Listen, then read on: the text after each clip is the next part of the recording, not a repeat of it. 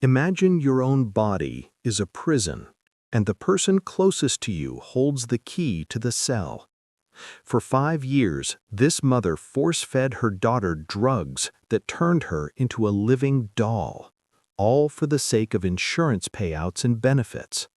But when I stepped inside that house, I realized the money was merely the tip of the iceberg. The truth was far more terrifying than death itself. The game has begun. The rain in Seattle doesn't wash away sins. It just slicks down the filth, driving it deeper into asphalt cracks, into concrete pores under the skin. It wasn't a downpour, but an endless gray wall of water drumming on the roof of my Ford with the rhythm of a toothache. The wipers groaned, smearing an oily film across the glass as if trying to erase the day itself, but the landscape outside remained unchanged. Wet branches, rusted fences, and a sky the color of a bruise. I looked at my left hand. It rested on the wheel but had a life of its own. The tremor was fine, barely noticeable, like the vibration of an overwound string. A phantom memory of the day the cable slipped. I shoved the hand into my trench coat pocket and fingered the plastic pill bottle. Oxycodone. Breakfast, lunch, and the only friend who never asks questions. 2 pills, dry swallow. The bitter aftertaste settled at the root of my tongue, mixing with the flavor of cold, cheap gas station coffee. "Get it together, Declan," I whispered to my reflection in the rearview mirror. My eyes were red, rimmed with shadows as if drawn in charcoal. "Just a signature, a formality. You go in, nod, feign sympathy, check the box on the form, and drive off to get drunk." The job was from Pacific Life, a major disability payout, lifetime care. Client, Lily Vane, 17. Diagnosis, progressive muscular dystrophy complicated by total paralysis. Mother, Martha Vane, a widow, a saint who sacrificed her life on the altar of serving her vegetable. All documents clean, medical records thick as a Bible. My job was to ensure the girl was still breathing and the mother wasn't blowing the insurance money on cocaine or boy toys. Routine. Boredom. I stepped out of the car. The cold November air immediately clawed under my collar. The Vane house loomed on the hill like a monument to misery. An old Victorian mansion, once perhaps majestic, now looking like a rotten tooth. Peeling paint, dark windows. But something about it set me on edge. The windows. I squinted, shaking raindrops from my lashes. Every window on the first floor was sealed with heavy black film, not a crack, not a ray of light. To prevent migraines, the report said. Logical, but it looked like the house was prepped for a gas attack. I climbed the porch steps. The boards didn't creak, they were sodden and swollen like a sponge. I pressed the bell. Silence. Then the sound of bolts sliding back. 1, 2, 3. Too many locks for a house containing an invalid and a lonely woman. The door opened. Martha Vane stood on the threshold. She was exactly as I'd pictured, thin, almost translucent, in a baggy gray cardigan, hair pulled into a tight bun, face devoid of makeup, skin the color of old parchment. In her eyes froze an expression of universal sorrow that usually buys off social workers and juries. "Mr. Rourke," her voice was quiet, rustling like dry leaves.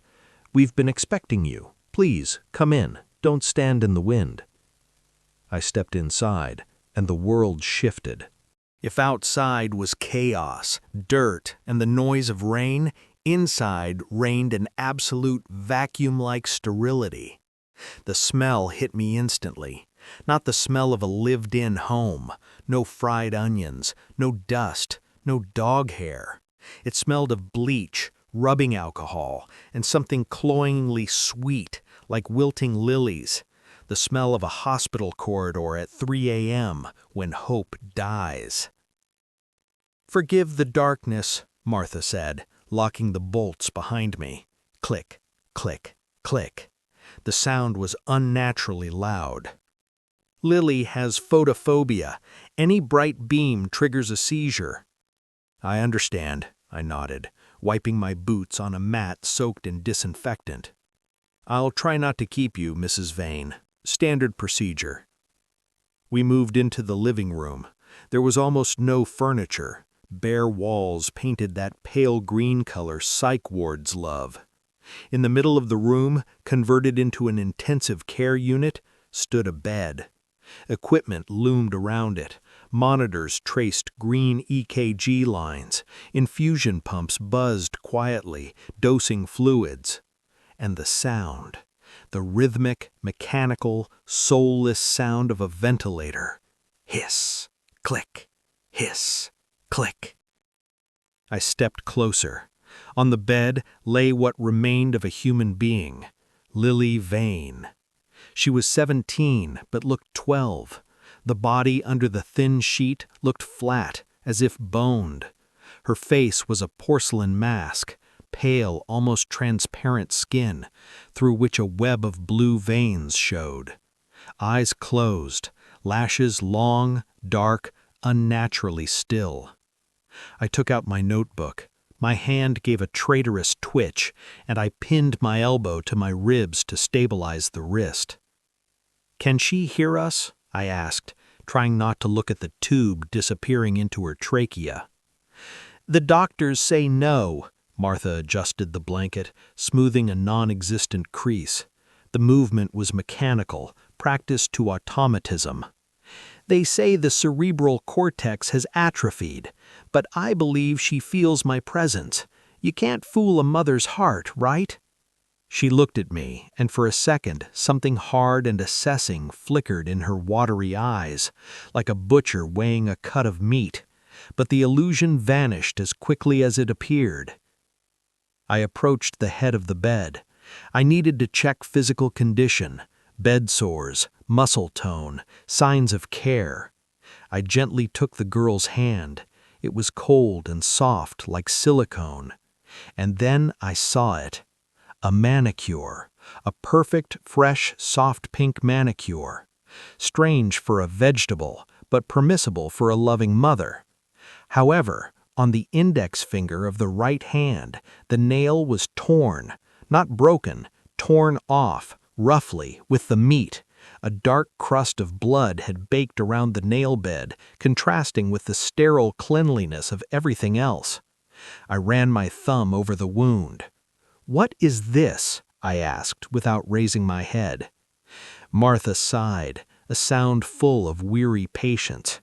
"Spasms, Mr. Rourke. Sometimes the muscles contract involuntarily. Last night there was a severe seizure. She caught her hand on the bed rail. I tried to pry her fingers open, but—" She spread her hands. "It's terrible when your own body becomes your prison." Lies. I knew what dystrophic spasms looked like. Fingers curl inward into a fist. They don't scratch surfaces hard enough to rip a nail out by the root. This didn't look like a spasm. It looked like an attempt to hold on, or write something, or claw a way out. But I stayed silent. My job was to record facts, not play detective. I was tired. My shoulder ached, and I needed another oxycodone. "I see." I made a note in the pad. "I think I've seen enough." "Leaving already?" Relief sounded in Martha's voice, carefully masked as politeness. "Yes, formalities observed. I'll sign the papers in the car." I walked out of the room, feeling her gaze on my back. It burned like a laser sight. As I walked to the door, the sound of the ventilator haunted me. Hiss, click. You missed it. Click. You're leaving. Click. Once on the porch, I inhaled the wet, cold air. The rain had intensified. Now it lashed horizontally, driving ice needles under my skin. I ran to the car, sat behind the wheel, and blasted the heater. My hands were shaking. Damn it, I cursed, patting my pockets. Dictaphone. I'd left it on the hallway table when I was putting on shoe covers. The company device had 2 hours of notes on 3 other cases. If I lost it, the chief would skin me alive and then fire me. I killed the engine. I didn't want to get out. The house stared at me with the empty black sockets of its taped-up windows. All right, quick in, grab it, get out. I returned to the porch. The door was locked, but I remembered Martha had only thrown the top deadbolt when I left. Apparently, she relaxed, deciding the inspection was over. I tried the handle. Locked. I pulled a thin lockpick from my wallet, an old habit left over from my service days, opening doors in half-ruined houses in Kabul. The click was quiet, barely audible over the rain. I stepped into the hallway. The house was quiet. Too quiet. I couldn't even hear the ventilator. The soundproofing here was professional grade. I spotted my dictaphone on the table by the mirror. I reached for it, but then I heard a voice. It drifted from the kitchen, down the long, dark corridor. Yes, he left. Useless junkie. His hands shook so bad he could barely hold a pen. I froze. It was Martha, but the voice, where was that trembling, cracked timbre of the holy martyr? The voice was cold, commanding, and hard as a whip crack. I took a step forward, moving on the balls of my feet. The floorboards, thank God, were covered by a thick carpet. No, I upped the dosage. The product started resisting tolerance. Yesterday, she almost tore the restraints, had to inject a double dose of vecuronium. Yes, organs are fine, liver clean, kidneys functioning perfectly. The client from Singapore is ready to pay? Excellent. Pick up when? Tomorrow night. Good. Prep the container. Product. Client. Container. A chill ran down my spine, washing away the effects of the oxycodone. My brain, fogged by routine and pills, suddenly cleared. A switch flipped. I was no longer an insurance agent. I was back in the green zone, and the situation had gone foobar. Martha hung up. I heard the fridge open and the clink of glass. I should have left, called the cops, but the cops were 30 minutes away on a washed-out road, and the product was the girl in the next room, and vecuronium. I knew that word. I slipped into the first open door, a pantry. Through the crack, I watched Martha walk past carrying a metal tray. She headed toward Lily's room. As soon as she disappeared, I stepped out and headed to where she'd come from, the kitchen. On the table stood an open medical bag, not a home first aid kit, but a professional EMS case. I looked inside. No dystrophy medication.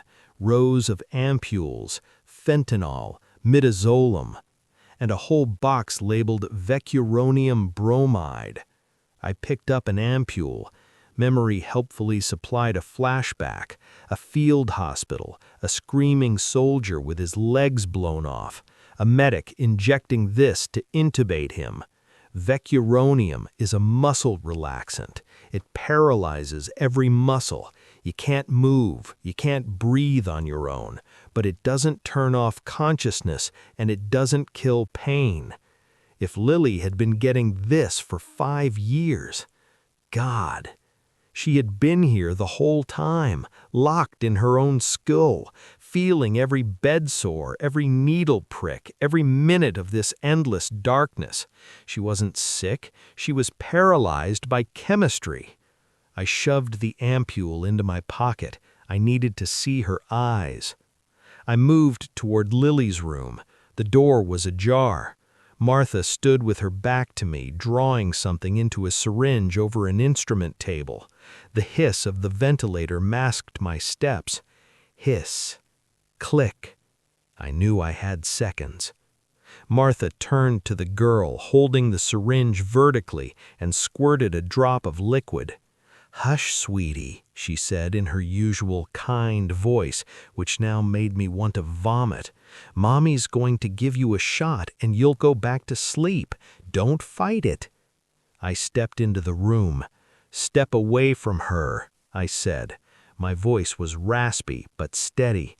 The tremor in my hand was gone. Martha froze. She didn't flinch, didn't scream. She just slowly turned her head.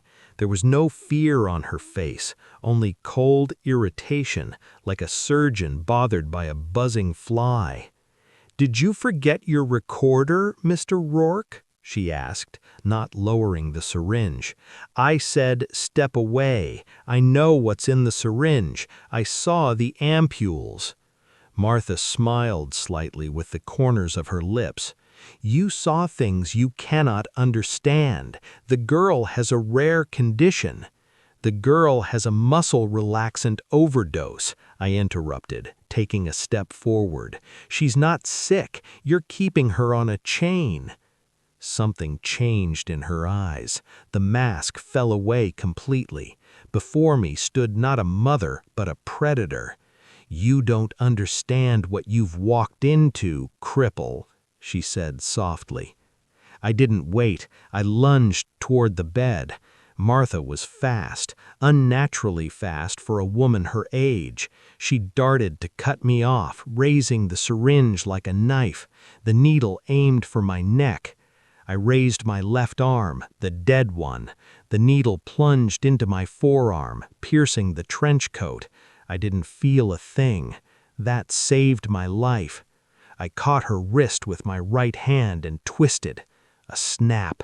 Martha didn't even gasp. She just drove her knee into my groin. Pain blinded me, but reflexes worked faster. I shoved her with my full weight. She flew back, slamming spine first into the glass medicine cabinet. The sound of shattering glass was deafening. The cabinet wobbled and crashed, burying her under an avalanche of ampules, bandages, and shards. I spun toward Lily. "Can you hear me?" I shouted, ripping the blanket off her. I pulled a small tactical flashlight from my pocket and shone it in her eyes. The pupils constricted instantly. She was in there, alive, terrified. "Blink, if you understand me, blink!" Her eyelids fluttered, once, then again, and then her eyes darted toward the IV drip, running frantically back and forth in panic. "Got it," I exhaled. I ripped the catheter from her vein. Blood splattered onto the white sheet. The ventilator began to beep frantically, detecting a leak in the circuit. "I have to disconnect the tube," I said, looking her in the eye. "You won't be able to breathe on your own for a while until I get you to fresh air. You have to hold on. Do you trust me?" She blinked. I yanked the tube from her throat. The sound was wet and vile. Lily opened her mouth soundlessly, trying to inhale, but her paralyzed diaphragm wouldn't work. There was no time. I scooped her up. She weighed nothing, bones wrapped in skin, like a broken doll. Her head fell limply onto my shoulder. A rustle came from behind. I turned. Martha was rising amidst the shards. Her face was bloodied. Glass had slashed her forehead. Blood flooded. Martha didn't even gasp. She just drove her knee into my groin. Pain blinded me, but reflexes worked faster. I shoved her with my full weight. She flew back, slamming spine first into the glass medicine cabinet. The sound of shattering glass was deafening. The cabinet wobbled and crashed, burying her under an avalanche of ampules, bandages, and shards. I spun toward Lily. "Can you hear me?" I shouted, ripping the blanket off her. I pulled a small tactical flashlight from my pocket and shone it in her eyes. The pupils constricted instantly. She was in there, alive, terrified. "Blink, if you understand me, blink!" Her eyelids fluttered, once, then again, and then her eyes darted toward the IV drip, running frantically back and forth in panic. "Got it," I exhaled. I ripped the catheter from her vein. Blood splattered onto the white sheet. The ventilator began to beep frantically, detecting a leak in the circuit. "I have to disconnect the tube," I said, looking her in the eye. "You won't be able to breathe on your own for a while until I get you to fresh air. You have to hold on. Do you trust me?" She blinked. I yanked the tube from her throat. The sound was wet and vile. Lily opened her mouth soundlessly, trying to inhale, but her paralyzed diaphragm wouldn't work. There was no time. I scooped her up. She weighed nothing, bones wrapped in skin, like a broken doll. Her head fell limply onto my shoulder. A rustle came from behind. I turned. Martha was rising amidst the shards. Her face was bloodied. Glass had slashed her forehead, blood flooding her eye. In her hand she gripped a scalpel she'd pulled from the wreckage. "Put my daughter down," she hissed. "You're not her daughter," I barked. I saw the wheelchair in the corner. I tossed Lily into it, barely managing to secure her with the strap so she wouldn't tumble out. Martha charged at me. I kicked a heavy equipment stand into her path. Wires pulled tight. Monitors crashed to the floor, blocking her way with sparks and plastic. I grabbed the wheelchair handles, spun it around. The door to the corridor was narrow. I slammed the chair into the frame at full speed, scraping paint, and burst into the hallway. "You're not leaving here!" Martha screamed behind me. Her voice drowned out the siren of the disconnected ventilator.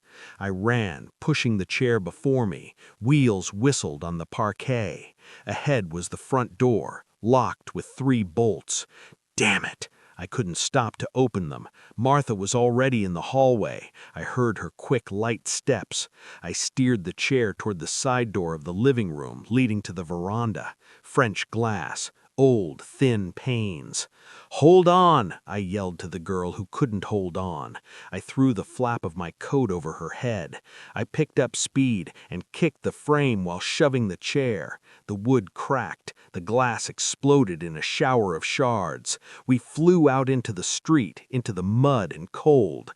The downpour hit us instantly like a waterfall. I slipped on the wet veranda boards, barely keeping the chair from tumbling down the steps. The wheels sliced into the sodden earth. I glanced back. Martha's silhouette stood in the broken window. She wasn't chasing us. She stood motionless, holding a phone to her ear. She was calling for backup. I looked at Lily. The rain was washing the artificial pallor from her face. Her lips were turning blue. She wasn't breathing. "Breathe, damn it, breathe!" I smacked her chest with my palm, trying to trigger a reflex while pushing the wheelchair through the sucking mud toward the car. But the tires of my Ford were flat, all 4. I saw them flattened against the rims. We were trapped. And from the garage, cutting the darkness with xenon headlights, a black SUV was already rolling out. The game had begun. The rain was no longer weather. It had become a physical barrier, a fifth element made of ice needles and liquid darkness. I pushed the wheelchair ahead of me, every step a struggle, as if walking on the ocean floor. The mud in the Vane's backyard had turned into a greasy, squelching swamp. The narrow wheels of the wheelchair, designed for sterile hospital corridors, sliced into the sodden ground, winding clumps of clay and dead leaves around the axles. "Hold on," I rasped, though I knew she couldn't. Lily flopped in the chair like a rag doll with its frame cut out. Her head banged against the headrest. I ripped off my scarf, tying a knot with my teeth in one hand while moving, binding her forehead to the seat back. It looked brutal, but if her neck snapped on the next bump, there would be no one left to save. My Ford was 50 meters away, 50 meters of hell. My left shoulder burned with fire after the clash with Martha, but adrenaline muffled the pain for now, turning it into a distant, dull hum. My hand gripped the chair handle so hard my knuckles turned white. "Hang on, girl. We'll get in the car, crank the heater, and I'll get you out of here. To hell with protocols. I'll take you to the military hospital in Bremerton. There are guys there who don't ask questions." I was convincing myself, not her. We reached the gravel driveway. The wheels finally found solid ground. I surged forward, almost breaking into a run. The silhouette of my sedan looked like an ark of salvation in this flood. I reached for my keys, tasting the sweet flavor of near victory. And then I saw it. The car sat strange, too low. It crouched on the ground like a wounded beast. I ran closer, and my heart skipped a beat, then hammered somewhere in my throat. All 4 tires were flat, not just punctured. The rubber was shredded, as if slashed by a linoleum knife, turning the tires into rags. The rims sat directly on the wet gravel. Someone knew I was here. Someone had cut off my escape before I even entered the house. I exhaled, slamming my fist on the roof of the car. Lily made a quiet bubbling sound. I darted to her. She was trying to inhale. The effect of my rough CPR was fading. Her diaphragm was freezing up again, suppressed by the poison, and the cold air triggered spasms. "Don't you dare, hear me? Don't you dare check out." I wiped raindrops from her face. Her eyes were wide, filled with a primal terror reflecting the gray sky. At that moment, the world around us exploded with light. Out of the garage, the doors of which slowly and silently slid up, burst 2 beams of blinding white xenon. The rays sliced through the rain, picking us out of the darkness like searchlights in a prison yard. The roar of an engine drowned out the rain. It wasn't a family minivan, it was a black Cadillac Escalade, modified, with a reinforced bull bar and tint as black as death itself. It flew onto the driveway, blocking the exit. The doors opened in sync. 2 men stepped out, tall, broad shoulders hidden under expensive tactical raincoats. No fuss, movements economical, fluid. In their hands, not pistols. One held a short submachine gun, the other something resembling a riot shotgun or a long-range taser. Martha followed them out. The blood on her forehead had clotted into a dark crust, making her look like the priestess of some bloody cult. In her hands was a pump-action Remington. She didn't hold it like a frightened housewife defending the hearth.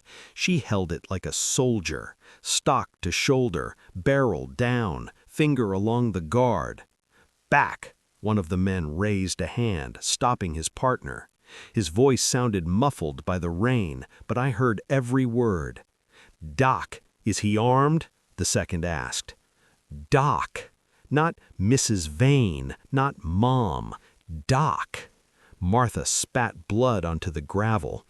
"He has nothing but his shaking hands and a hero complex."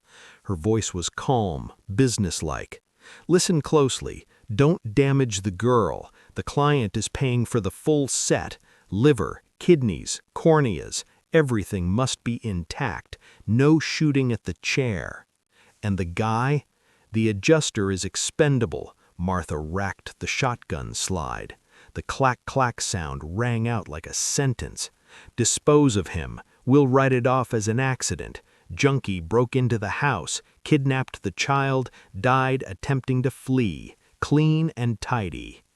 I stood behind the car, pressing my back against the wet metal. No options. Run down the road, shot in the back. Stay here, killed.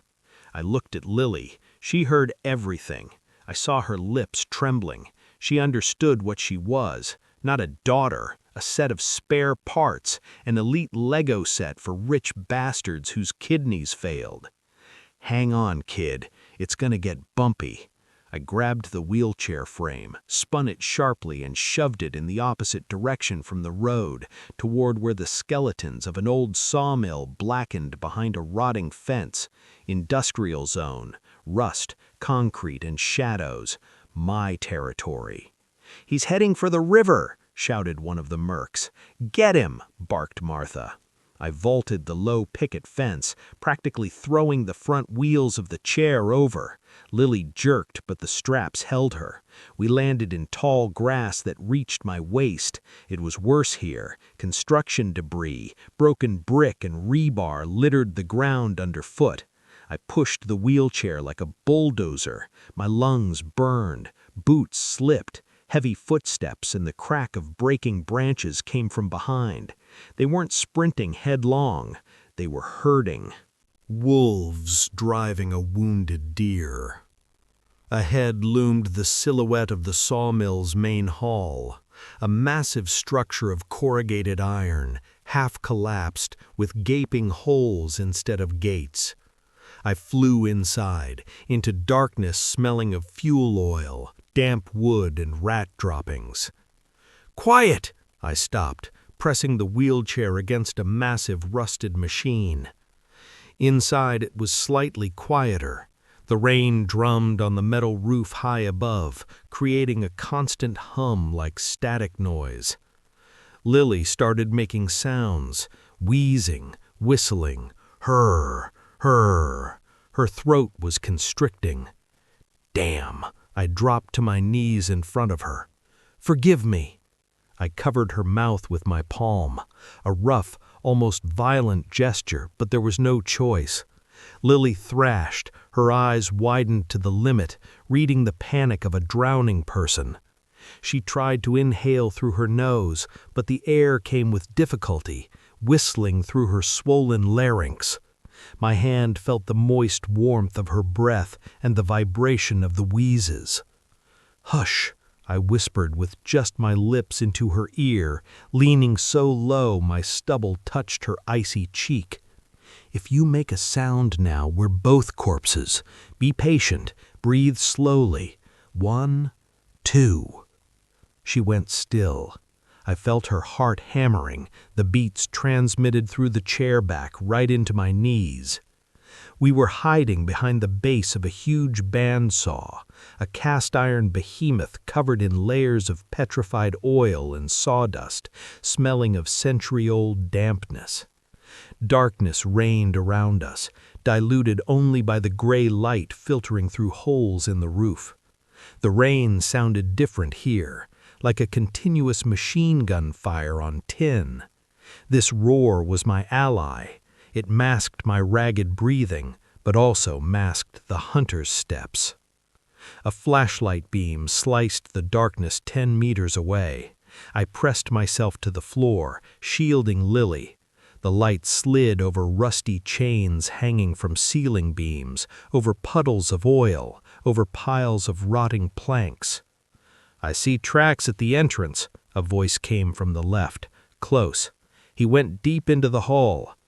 "Be careful," Martha's voice drifted from the street, distorted by distance. "Rourke is a former rescue swimmer. Those dogs are taught to survive in hell. Don't expose yourselves." 2 mercenaries entered. I heard their movements not with my ears, but with intuition. The swish of nylon rain gear, the quiet clink of a sling swivel against a gun receiver. They split, classic pincer movement. One went along the left wall, the second moved down the center, checking the space between machines. I had no weapon. My gun was in the glove box of the car I never reached.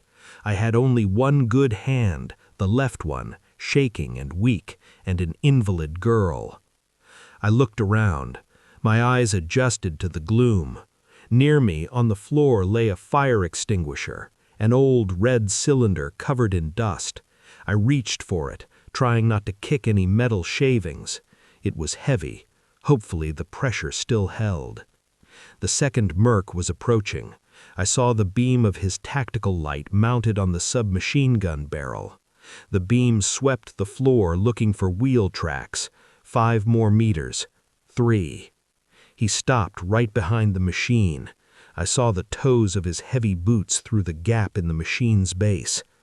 "Clear," he grunted to his headset. "Advancing to the office booth." He took a step forward, rounding the machine. Now or never. I took my hand off Lily's mouth, put a finger to my lips, and straightened up sharply. The merc was a pro. He didn't flinch, didn't scream. He just started to turn, raising the barrel. But I was faster. Not because I'm a hero, but because I knew this dance. I pulled the pin on the extinguisher and squeezed the lever. Pshh! A jet of white powder hit him right in the face. He instinctively squeezed his eyes shut and coughed, staggering back. In those seconds, he was blind. I didn't wait. I grabbed the cylinder by the base and, putting the full inertia of my body into the swing, smashed it into his head. Heavy metal met skull with a dull clang. The merc dropped like he'd been scythed down, his weapon clattering onto the concrete. "Contact!" yelled the second one from somewhere on the right. I snatched up the fallen man's submachine gun, an HK MP5, compact, reliable, but I immediately tossed it aside. "A jester is expendable. Don't damage the girl." If I started shooting, they'd return fire. A stray bullet, and Lily is done. Martha wasn't bluffing, but she wouldn't risk the merchandise either. I needed them to be afraid of hitting her. I grabbed the wheelchair and bolted deeper into the hall, weaving between support pillars. "He's here! Center hall!" The second flashlight beam caught my back. A bullet struck the concrete column an inch from my head, showering me with grit.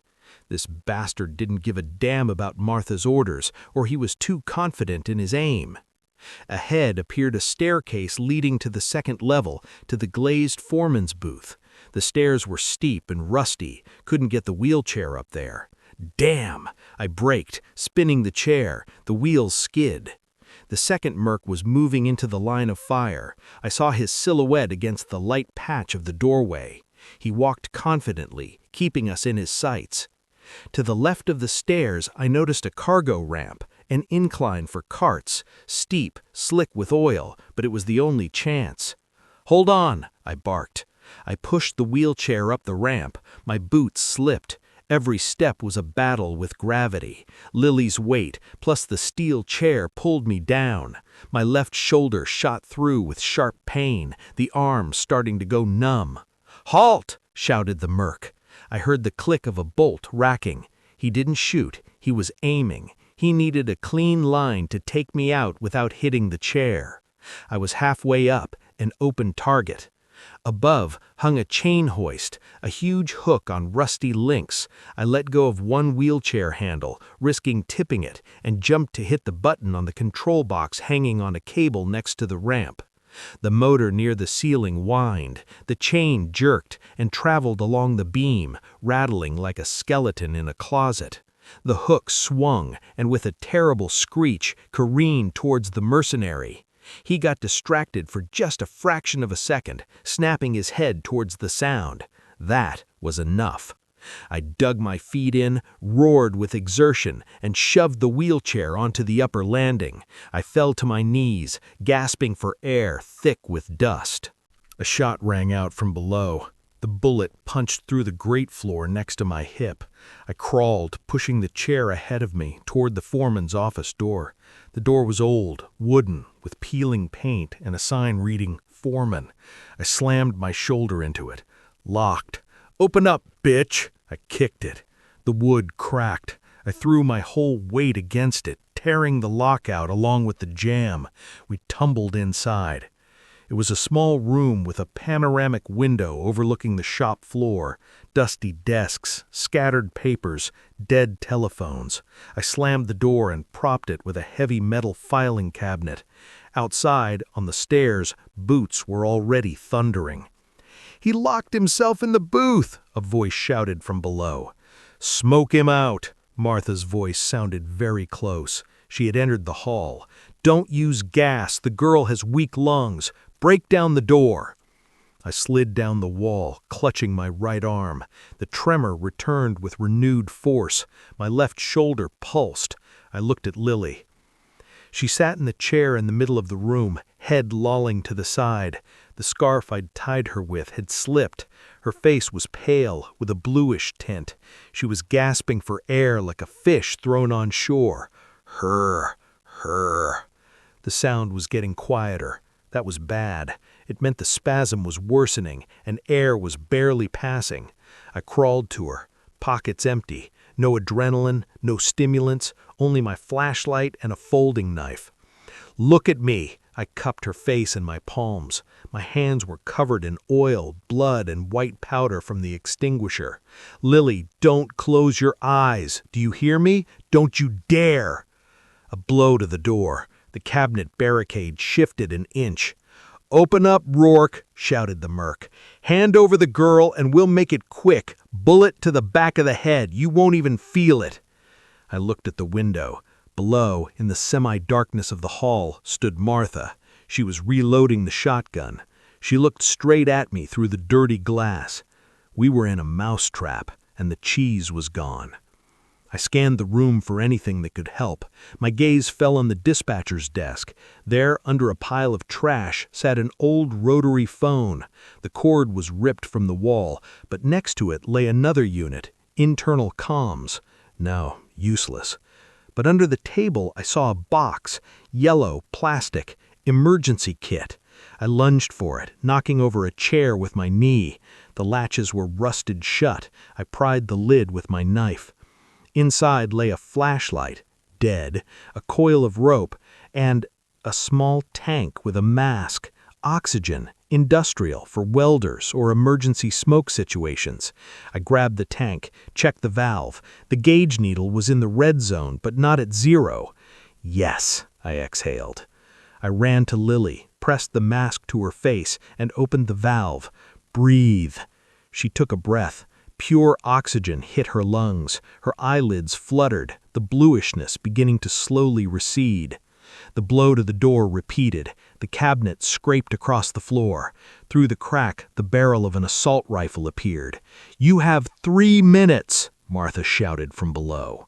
"If the door isn't open, I'm coming up and I'll start carving him into pieces through the walls." I looked at Lily. She was breathing. She looked at me, and in her gaze there was no longer that animal panic. There was trust and a question. What next? I looked back at the cabinet holding back the assault, then at the window, then at the janitor's closet in the corner. "Next," I whispered, wiping sweat from my forehead. "We give them hell." I got up and walked to the cleaner's cabinet built into the wall. Bottles stood there. Bleach, ammonia, pipe cleaners, old, toxic, industrial. Chemistry. If Martha likes chemistry, I'll serve her a cocktail. I started gathering the bottles. The door shuddered from another blow. The hinges squealed. "Hey, Doc!" I shouted, ripping off the caps. "Come on in! I've got a second diagnosis for your chart!" I looked at Lily. The oxygen mask had fogged up from her ragged breathing, but clarity had returned to her eyes. The fear was gone, replaced by an ancient, calm understanding. She knew death stood behind that door, and she knew I was the only thing separating her from the scalpel. The cabinet propping the door shuddered again. Plaster rained down from above. The wooden frame cracked, yielding under the blows of a rifle butt or a boot. 2 minutes, Rourke." The merc's voice sounded muffled but confident. "We know you're out of ammo." I looked around. The foreman's room was a time capsule from the 90s, yellowed calendars, an ashtray with moldy cigarette butts, and the phone. On the desk, amidst a pile of trash, sat the old, heavy rotary phone. The wire went into the wall. I grabbed the receiver. A dial tone, long, monotone, alive. The line was working. It was likely an internal factory network connected to a city line for emergencies, which they'd forgotten to disconnect for non-payment. My fingers, slick with oil and sweat, struggled to hit the holes in the dial. I didn't dial 911. That would route to a dispatcher, ask questions, waste time. I dialed a number I knew by heart. Miller, my handler at Pacific Life, the man who sent me here. "Come on, you old geezer, pick up," I whispered, watching the door. "Hello?" Miller's voice was sleepy, annoyed. "It's Declan," I shouted, trying to be heard over the noise of the battering ram at the door. "Listen to me carefully. Code red. I'm at the vein site. This isn't an insurance case. It's a goddamn slaughterhouse." A pause hung on the line. Too long. "Deck, are you drunk?" Miller's voice changed. The sleepiness vanished, replaced by a cold, cautious tone. I'm sober as glass. Martha Vane isn't a mother. She's kept the girl on vecuronium for 5 years. There are mercenaries here. They've opened fire. I'm at the old sawmill. I need police, SWAT, everything you've got. They want to kill me and strip the girl for organs." Another pause. I heard him breathing into the receiver, and I heard something else, the sound of a keyboard. "Declan, listen to me," Miller spoke slowly. "Martha called me 10 minutes ago. She said you broke into the house with a gun, that you were unstable, demanded money, kidnapped an invalid child. Do you actually believe her?" I felt my stomach tie into a knot. "Miller, I'm your best agent. I found the ampules. I have the girl. She's conscious." "I've already called the police, Deck." Miller's voice turned to steel. "I gave them your geolocation. The tactical team will be there in 5 minutes." I exhaled. "Thank God. Tell them the mercs are armed." "I told them you are armed, Declan," he said quietly, "and that you are extremely dangerous. Martha Vane is a valued client, and you are a junkie with PTSD who went off the rails. Don't resist when they arrive. Maybe they won't shoot you on the spot." Click. Dial tone. I slowly lowered the receiver. The world narrowed to the size of this dirty room. The cold chilled me to the bone, and it wasn't the cold of the rain. Miller knew. He always knew. The insurance company couldn't have missed the oddities in the bills for 5 years. They were all in on it. Martha Vane wasn't just a black doctor. She was part of a system that generated revenue, and I was expendable material, the perfect scapegoat. "No one is coming," I said into the void. I looked at Lily. She understood everything from my face. There was no reproach in her eyes, only the expectation of the end. The door bowed inward. The top hinge flew out with the screech of tearing metal. Through the resulting gap, a shotgun barrel poked through. "Time's up, Rourke," shouted Martha. "Break the door, Rick." I had no weapon, no help, no way out. But I had chemistry. I rushed to the janitor's closet. Canisters stood there, dusty, forgotten, but full. I grabbed a white plastic jug, sodium hypochlorite, bleach. Next to it stood a bottle with a dark blue label, aqueous ammonia. A hazmat lecture floated to the surface of my mind. Never mix bleach and ammonia. The reaction releases chloramine, a toxic gas, causes instant burns to mucous membranes, suffocation, blindness. In a confined space, lethal. "Sorry, Lily." I grabbed her oxygen mask and checked the seal against her face. "Breathe only through this. Do not take it off under any circumstances. Close your eyes." I dragged a heavy metal bucket from the corner, poured the bleach in. The liquid glugged, smelling sharp, familiar. The door crashed down. The cabinet barricade toppled with a roar, kicking up a cloud of dust. In the opening stood 2 mercenaries. They were ready to shoot. Martha loomed behind their backs. "Get him," she commanded. I grabbed the canister of ammonia, ripped off the cap, and splashed the contents straight into the bucket of bleach. The liquid instantly hissed, foamed, and a dense whitish cloud rose over the bucket. "Catch!" I kicked the bucket. It slid across the floor and tipped right at the mercenary's feet.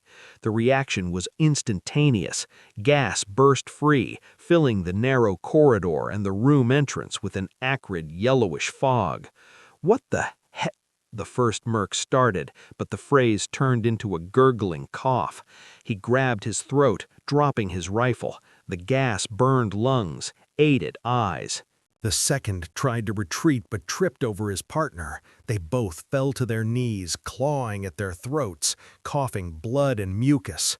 It was brutal, dirty, effective. I held my breath, squinted my eyes to narrow slits, and charged. I hit the first one with a piece of rebar picked up from the floor. The blow landed on the collarbone. The crunch of bone drowned in the sounds of coughing. The second tried to fumble for a pistol blindly. I kicked him in the face with a heavy boot, sending him into a knockout. I burst into the corridor, gasping for air. The gas was heavy, hugging the floor, but had already started to rise. I needed to find Martha. The corridor was empty. She hadn't gone in the first wave. Smart bitch. I turned to go back to Lily, and then something sharp seared my side. I cried out and staggered back. Out of the darkness, from a side passage, stepped Martha. On her face was a professional medical respirator mask with carbon filters, eyes protected by construction goggles. In her hand buzzed a portable Stryker medical saw for sternotomies. The disc spun at frantic speed, spraying drops of blood, my blood. She slashed my ribs deep. "Did you think I wasn't prepared for filth, Rourke?" Her voice from under the mask sounded muffled, like from a grave. "I've been cleaning up shit after idiots like you for 20 years. I retreated back into the room. My left arm hung useless. She must have hit a nerve. With my right, I gripped the rebar, but my fingers slipped with sweat and blood. Martha advanced. She didn't run. She moved like a surgeon approaching an operating table. The saw whined. Vzz, vzz. "You stole my money," she said calmly, lunging. I tried to block the blow with the rebar. Metal clanged against metal. Sparks sprayed in my face. The saw slipped and raked across my thigh. I fell to one knee. The pain was such that my vision went dark. I wheezed, trying to stand. "It's a child," I wheezed, trying to stand. Martha laughed. The laugh was dry, barking. "A child?" She stopped a step away from me. The gas in the room had begun to dissipate through the broken window, but a haze still hung in the air. "Lily isn't a child. She's an investment portfolio. She has golden blood, Rourke. RH null, universal donor for organ transplants without rejection. Do you know how much 1 gram of her bone marrow costs on the market in Macau?" She took a step. I tried to hit her with the rebar from below, but she easily dodged and kicked me in the wounded side. I fell to one knee. The pain was such that my vision went dark. I collapsed onto my back. The rebar flew aside. Martha stepped on my chest. Her heavy boot pressed broken ribs into my lungs. I rasped. She leaned over me. The spinning saw desk hovered an inch from my face. I felt the airflow from it, smelling of death and ozone. "You ruined my evening," she said, almost affectionately. "I'll have to dismember you right here. It's going to be messy." I looked at the saw, then shifted my gaze behind her. In the corner of the room, in a cloud of thinging gas, sat Lily. The oxygen mask was still on her. Her eyes were open. She was looking at Martha. I saw her right hand resting on the armrest, twitch. Fingers, curled by years of paralysis, slowly, with incredible effort, crawled toward the wheelchair control joystick. The poison was wearing off. Adrenaline and oxygen were doing their job. Martha didn't see it. She was looking at me, savoring the moment of triumph. "Goodbye, hero," she said, and began lowering the saw to my throat. "Lily!" I screamed with my last strength. "Do it!" The girl's fingers closed around the lever. She pushed it forward, to the stop.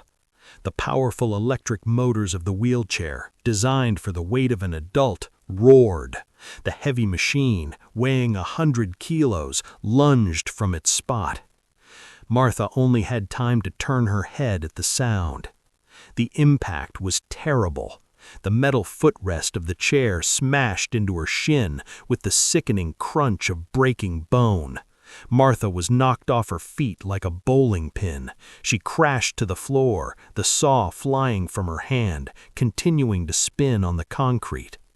The wheelchair rolled another meter on inertia and hit the wall. Lily jerked forward, but the straps held her. Martha screamed. It wasn't a human scream, but the shriek of a wounded beast. She rolled on the floor, clutching a leg bent at an unnatural angle. I rolled onto my side, gasping for air. The gun, the pistol of one of the mercenaries, lay by the entrance. I crawled toward it. Every centimeter was a battle. Blood flooded my eyes. Martha saw me. She stopped screaming. Her face twisted in rage. She crawled toward her saw, dragging her broken leg. "I'll kill you both," she hissed, ripping off her mask. We crawled in a race with death, me to the gun, her to the saw. My hand covered the cold grip of the HK MP5. Martha grabbed the saw. I rolled onto my back, raising the weapon. My hand shook, the tremor was wild, the sights dancing. Martha raised the saw and lunged at me in a final jump like a wounded she-wolf. "Die!" I squeezed the trigger. A burst stitched the silence of the warehouse. 3 shots, point blank.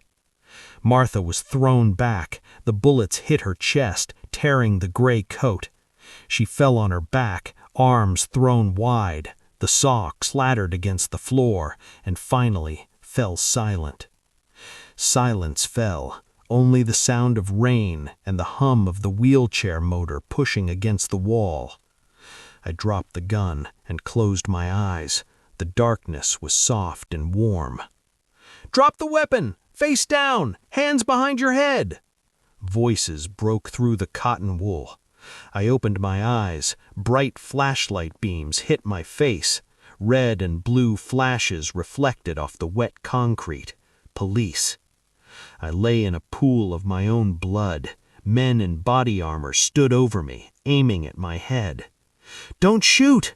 I wheezed. I tried to raise my good hand. "The girl! Check the girl!" "Silence!" A boot kicked me in the kidneys. "Stay down! You're under arrest for kidnapping and murder!" I was roughly flipped over, hands wrenched behind my back. Handcuffs clicked, biting into my wrists. The pain was distant. "Blood!" I screamed as they jerked me to my feet. "Check her blood! She's not her daughter! Look at the scars!" "Shut up!" The officer shoved me toward the exit. They dragged me through the warehouse. I saw the bodies of the mercenaries covered in sheets, saw medics swarming around Lily. They cut off her clothes to place sensors. "Stop!" I shouted, digging in my heels. "Look at her!" A young female paramedic froze. She was looking at Lily's exposed abdomen. In the spotlight, everything was visible. The girl's belly and sides were covered in a mesh of scars, old whitish ones and new pink ones, marks from punctures, marks from laparoscopy, scars on her lower back where bone marrow had been harvested. She didn't look like a sick teenager. She looked like a lab rat that had survived 100 vivisections.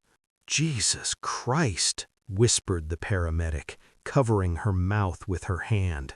"Officer, over here! You have to see this!" The policeman holding me stopped. He looked too. His grip loosened. "What is that?" he asked quietly. "Documents," I rasped, spitting blood. "In Martha's bag. Look at the documents." One of the detectives was already rummaging through Martha's leather bag, which lay by the broken cabinet. He pulled out a folder. Papers spilled onto the wet floor. They weren't insurance papers. They were schedules, orders, price lists. Plasma, Group RH null, Golden Blood, Client, Edelweiss Clinic, Zurich. Price, $50,000 per liter. "Captain!" yelled the detective, holding up a sheet. "We've got organ trafficking here, federal level. This bitch was selling her for parts." They led me outside. The rain was still falling. but it no longer seemed hostile. It washed away the dirt, blood, and chemical stench. They walked me to a patrol car, but didn't shove me inside. The sergeant dragging me suddenly stopped and leaned me against the hood. "Stand here, son," he said, in a completely different tone. "We'll sort this out. Medics will check you out." A gurney rolled past. Lily. They were wheeling her to the ambulance, her covered in a thermal blanket, an oxygen mask on her face. Doctors bustled around. Suddenly she jerked her hand, weakly but insistently. The gurney slowed. She turned her head. Her dark hair was plastered to her forehead. Huge eyes found me in the crowd of police and flashing lights. I stood in the rain, handcuffed, beaten, looking like a piece of meat. I had no job, no arm, no future.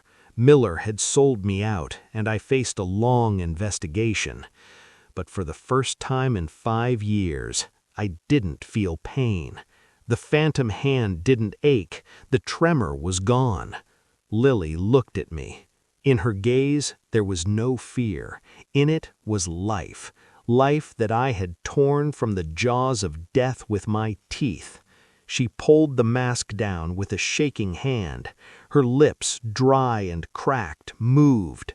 I couldn't hear her through the wail of sirens and the roar of the downpour, but I knew how to read lips. "Thank you." I nodded to her, just a nod. The ambulance doors slammed shut, the engine howled, and it tore away, splashing through puddles. I raised my head to the sky. The rain hit my face, cold and clean. Somewhere far away, above the black silhouettes of the fir trees, the sky was beginning to gray. The night was ending. "Get in the car, Rourke," the sergeant said, unlocking my cuffs. "You need coffee and a good lawyer, but something tells me you'll wiggle out of this." I sat in the back seat, looked at my hands. They were dirty, covered in blood and oil, but they were steady. I closed my eyes, and for the first time in 5 years, simply fell asleep to the lullaby rhythm of the patrol car's wipers. Swish, swish, swish, swish.